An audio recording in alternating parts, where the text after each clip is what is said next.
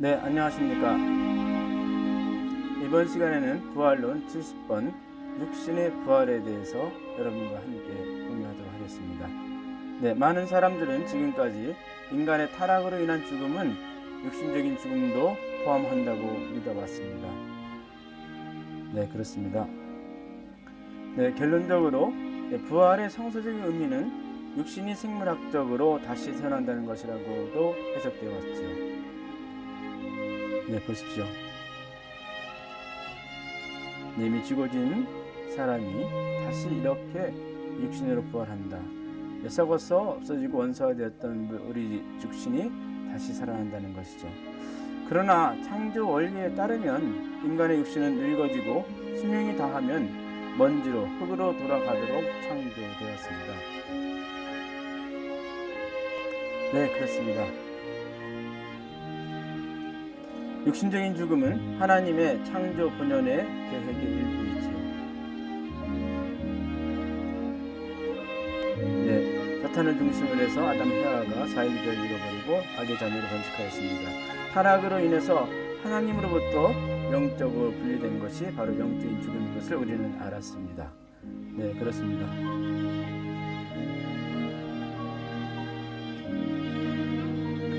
부활은 인간이 그의 타락으로 초래된 죽음, 즉 사탄 주황권 내에 떨어진 입장으로부터 복귀 섭리에 의하여서 하나님의 직접 주황권 내로 복귀되어 나아가는 그 과정적인 현상을 의미하는 것이지요. 네, 그렇습니다.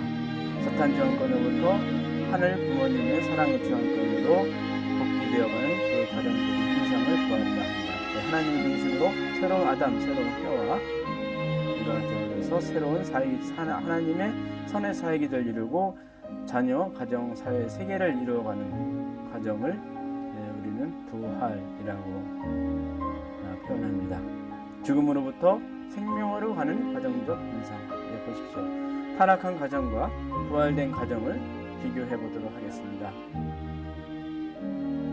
네, 그림을 보시죠. 한 가정은 하나님의 사랑의 주황권으로 다시 태어났고 다른 가정은 영적으로 죽어 있습니다. 여전히 하늘 부모님과 관계가 없이 살아가고 있습니다. 두 가정은 외적인 육신적인 모습에서는 아무런 차이가 없지요. 네, 그렇습니다.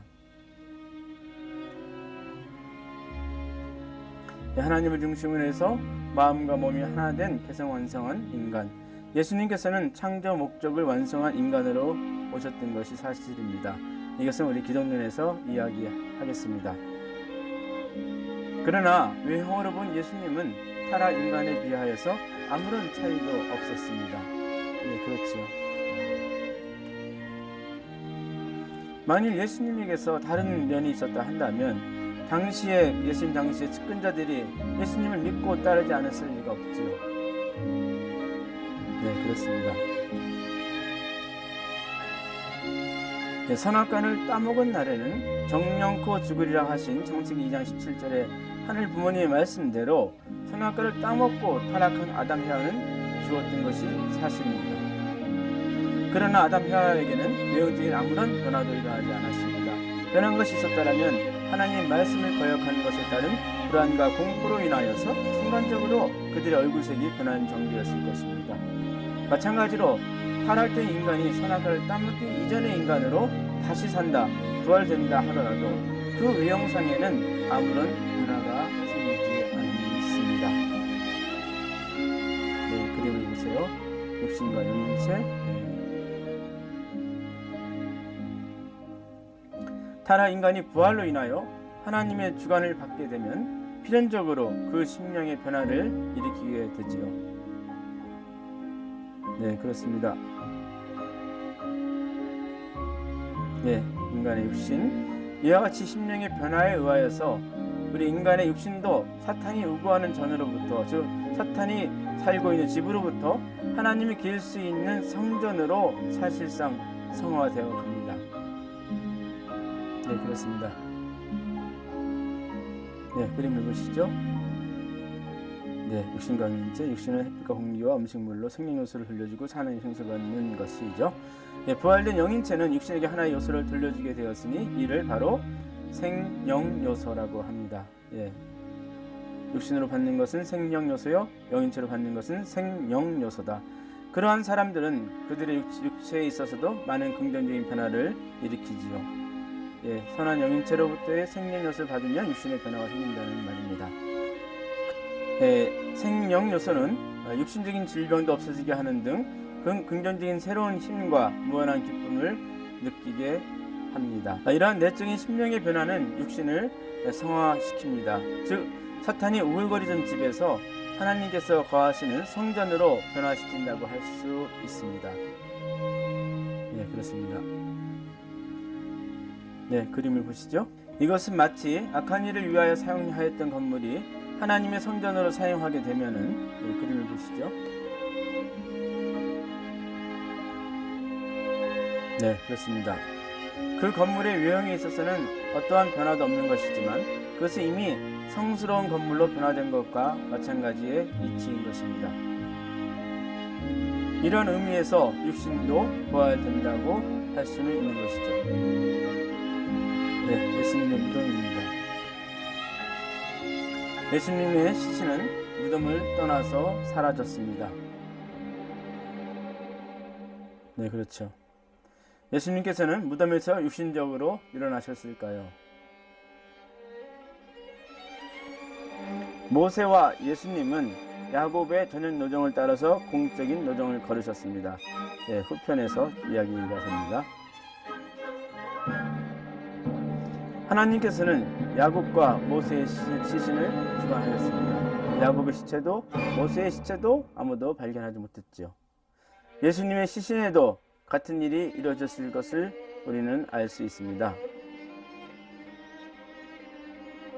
예수님 십자가에 고난의 노정을 걸으시는 죽음의 모습이죠. 예수님께서는 육적으로 돌아가셨습니다. 죽은 지 3일 후에 예수님은 죽은 자로부터 일어나셨습니다. 마태복음, 마가복음, 고린도서 기록이 있죠. 그렇습니다. 그러나 하나님께서는 예수님을 죽음의 고통에서 풀어 다시 살리셨습니다. 그것은 예수님이 죽음에 붙들려 계실 수 없었기 때문입니다. 사도행전 2장 24절의 기록입니다. 그렇습니다. 예수님께서 죽음으로부터 살아나셨다는 것을 우리는 어떻게 이해해야 할까요? 그리스도께서는 몸으로는 죽으셨지만 영적으로는 다시 사셨습니다. 베드로전서 3장 18절입니다. 이리하여 그리스도께서는 갇혀있는 영혼들에게도 가셔서 기쁜 소식을 선포하셨습니다. 베드로전서 3장 18절 이하의 말씀인데요. 보십시오. 그들은 옛날에 노아가 방주를 만들었을 때 하나님께서 오래 참고 기다리셨지만 끝내 순종하지 않던 자들이다. 그렇게 기록이 되어 있습니다. 예수님께서는 지옥에 있는 영인들에게도 자유와 부활을 선언하셨습니다. 그렇습니다. 이틀 뒤에 우리를 다시 살려주시고 사흘 만에 우리를 다시 일으켜 세우실 것이니 우리가 주님 앞에서 살 것이다. 호세아서 6장 2절의 말씀입니다. 사탄은 죽이기 위해 그의 힘을 사용하고 하나님께서는 죽은 자를 살리시기 위하여 그의 힘을 사용하십니다. 사탄이 자기의 최대의 힘을 발휘하여 예수님을 죽였기에 그에 상응하여 하나님께서도 최대의 힘을 발휘하셔서 예수님을 부활케 하셨습니다. 그러나 하나님께서는 예수님을 죽음, 즉 지옥의 고통, 하늘 아버지와 분리된 그 상태에서 풀어 다시 살리셨던 것입니다. 그것은 예수님이 죽음에 붙들려 계실 수 없었기 때문입니다. 라고 사도행전에 기록이 있지 않습니까? 예수님의 모습입니다. 부활하신 예수님께서는 시간과 공간을 초월하셨기에 더 이상 육신으로 계신 분이 아니셨음은 성서의 기록을 통해서도 우리는 분명히 알 수 있습니다. 후편에서 다시 이야기하겠습니다. 부활하신 예수님께서는 갑자기 나타나셨다가 사라지기도 하셨습니다. 만약에 예수님께서 육신을 쓰시고 승천하셨다고 합시다. 예수님께서는 우주 밖에 어느 곳을 육신으로 계셔야 하는 것이 아닙니까? 천국으로 가시기 위해 날아가셨을 것일까요?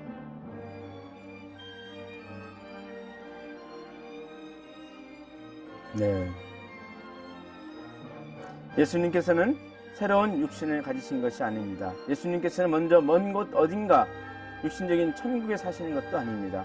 그것이 사실이라면 예수님께서는 어떻게 우리와 함께 지금 영적으로 계실 수 있을까요? 네, 그렇습니다. 부활은 영적인 삶의 부활을 말합니다. 예수님의 부활은 지옥으로부터의 해방을 의미하는 것입니다. 이번 시간에는 여러분과 함께 부활론에 있어서의 70번 육신의 부활을 놓고 함께 이야기를 나눴습니다. 감사합니다.